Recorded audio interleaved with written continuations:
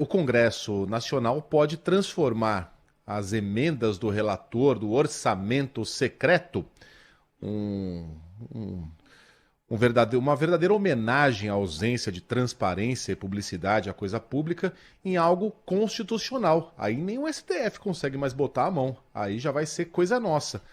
Diga lá, Idar, bom dia para você. Bom dia, Megali, bom dia, Sheila, bom dia, Cacla, bom dia aí aos nossos ouvintes. Muito bom voltar. E, Megali, pois é, o STF vai retomar agora, quarta-feira, o julgamento que vai definir se é ou não constitucional o tal orçamento secreto.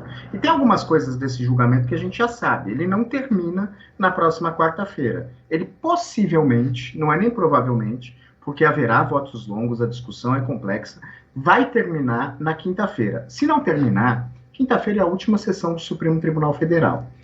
Última sessão de julgamento. Ainda há uma sessão antes do término do ano, e aí só volta em fevereiro, como a gente sabe, janeiro não tem sessão no Supremo. Na segunda-feira, mas tradicionalmente é uma sessão de encerramento de ano. Então, como é uma sessão de encerramento de ano, não deve ter julgamento. Se sobrar julgamento, não terminar na quinta-feira o julgamento do orçamento secreto, pode ser que excepcionalmente eles resolvam fazer uma sessão de julgamento nessa tradicional sessão de encerramento do ano na segunda-feira. Mas o fato é, não vai terminar na quarta.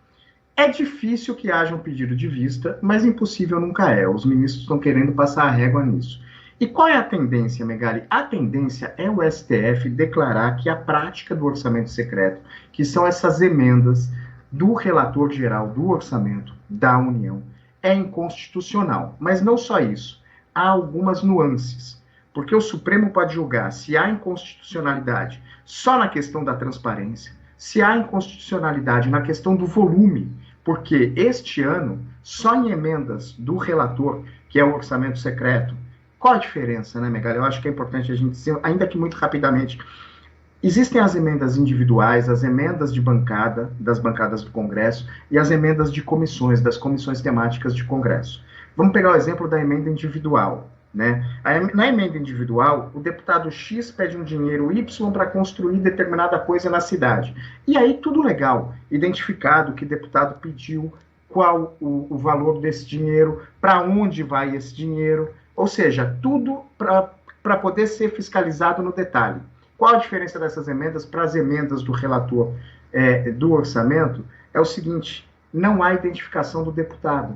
Quem manda é o relator geral do orçamento, que é o único deputado, e manda o dinheiro. Então você pode manobrar e você não tem mais controle de quem pediu e exatamente para quê.